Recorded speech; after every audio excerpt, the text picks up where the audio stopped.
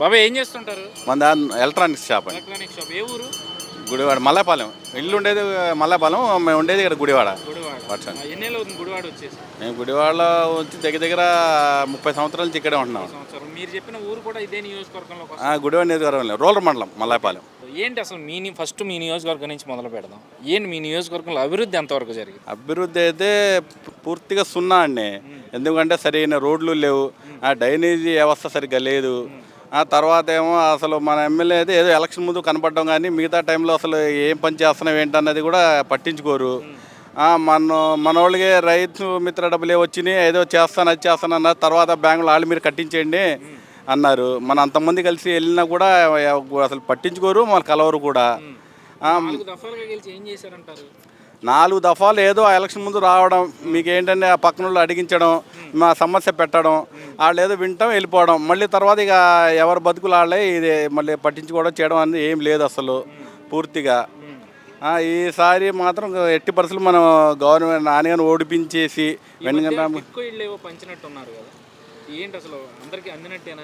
టిట్కో ఇళ్లలో కొంతమంది ఇచ్చారు, కొంతమందికి ఇవ్వలేదు. అంతమంది పేర్లు వచ్చినాయి, కొంతమంది పేర్లు రాలేదు.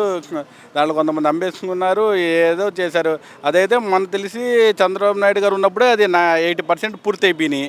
వీళ్ళు చివరిలో కొద్దిగా ఫినిషింగ్ వర్క్లు చేసుకొని రంగులేసి అమ్ముకున్నట్టే ఇచ్చినట్టే, దానికన్నా అంత ఇదిగా ఏం లేదు. సో మరేంటి నియోజకవర్గంలో రాము గారి పరిస్థితి ఏంటి? ఆయన సీట్ ఇచ్చింది తెలుగుదేశం పార్టీ, ఏంటి అసలు ఆయన పరిస్థితి ఏంటి? రాము గారు అయితే నెంబర్ 1 మనిషి అండి. ఎందుకంటే రాము గారికి మేము ఒక 14 నెలలు చూస్తున్నాం. ఎందుకంటే రాము గారు ఆకాంక్ష మొత్తం ఎలా ఉందంటే, గుడివాడని, నేను పుట్టి పెరిగిన గుడివాడని అభివృద్ధి చేయాలి.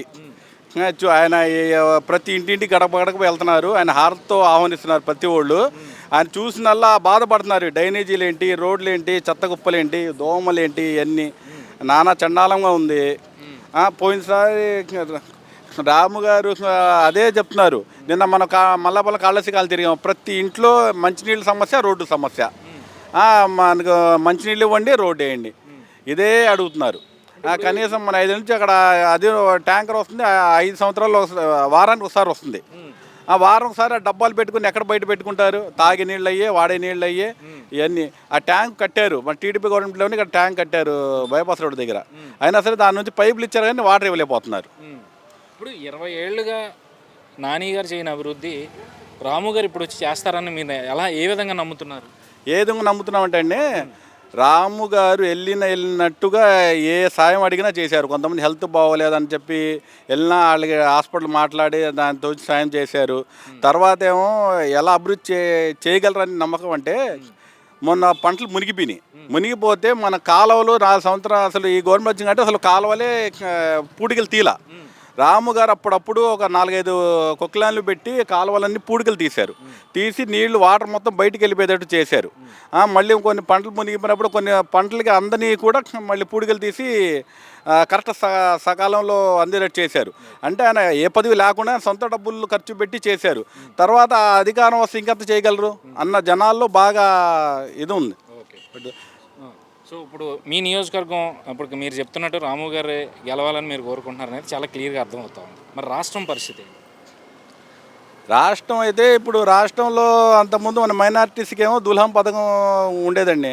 జగన్మోహన్ రెడ్డి గారు వచ్చిన తర్వాత అసలు దుల్హం పథకం తీశారు. ఇప్పుడు దాకా ఎవరికి రాలా. ప్రతి సంవత్సరం రంజాన్ నెలలో ఏమో రంజాన్ తోఫా ఇచ్చేవాళ్ళు. ఈసారి రంజాన్ తోఫా ఇవ్వాల.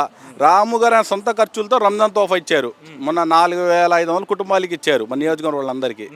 అది ఆయన ఇంకా అధికారులు ఉండి ఇంకా బాగా చేస్తారని చెప్పి మేము కొద్దిగా బాగా నమ్మి, ఆయన కష్టపడి ప్రతి చిన్న పిల్లడు కానీ పెద్దోళ్ళ దాకా వెనుగల రాము అని చెప్పి బాగా ఫేమస్ అయిపోయారు. ఆయన గెలుచుకుంటే మేము బాగుపడతాం, గుడివాడ బాగుపడుతుంది, మన గుడివాడ నియోజకవర్గం అభివృద్ధి చెందుద్ది 100%. మిగతా వాళ్ళు ఎవరు వచ్చినా ఏం చేయలేరు. రాష్ట్రంలో ఏ ప్రభుత్వం వస్తే బాగుంటుంది అనుకుంటున్నారు? రాష్ట్ర చంద్రబాబు నాయుడు గారు అయితే మంచి మేధావి అండి. ఆయన మించిన ఇంజనీర్కి ఎవరు లేరు. ఎందుకంటే ఆయన ప్రతిదీ ఆచితూచి ఆలోచించి ఏదైనా చేస్తారు. ఆయన చేసే ప్రతి పని కూడా ఏది ఫెయిల్ అవ్వదు, పక్కాగా 100% సక్సెస్ అవుద్ది. ఇప్పుడు ఆయన పెట్టిన రైతు బజార్లు కానీ, ఈ సేవలు కానీ ఎంత కిక్ అయినాయండి ఒక టైంలో. అవి ఉన్నారు కాబట్టి ఇప్పుడు అన్ని జనాలు కూరగాయలు ఫ్రీగా కొనుక్కోగలుగుతున్నారు, కరెంట్ బిల్స్ అన్నీ ఏదన్నా చేసుకుంటున్నారు. మళ్ళీ అయ్యే లేకపోతే బయట మార్కెట్లో ఎంత రేట్లు ఉంటాయండి. అలాంటి అభివృద్ధి పనులు ఇంకా చాలా చాలా చేశారు. ఇప్పుడు ఇప్పుడు ఈ ప్రభుత్వం మేము పథకాలు ఇస్తున్నాం కదా, సంక్షేమ ప్రభుత్వం మాది, మేము ఇచ్చినట్టు ఎవరు వచ్చే ప్రభుత్వం మేము ఇచ్చే పథకాలను తీసి తొలగిస్తారని చెప్పి ప్రచారం చేస్తాం. సార్ పథకాలు అయితే ఇస్తానన్నారు కానీ అమ్మ వాళ్ళు ఏమో సంవత్సరానికి అంతమంది ఒకటి కట్ చేశారు. డ్వాక్రా ఆసరా ఉంది, మొన్న సగం మందికి పడి సగం మంది పడలా. మనం మళ్ళీ మైనార్టీకి అందరికీ పడలా, ఇప్పుడు దాకా పడలా. ఫస్ట్ తారీఖు అన్నారు, తర్వాత 7వ తారీఖు అన్నారు, ఎప్పుడో అన్నారు. ఆయన బట్టన్ నొక్కి దగ్గర 20 రోజులు ఎంత అయిపోయింది.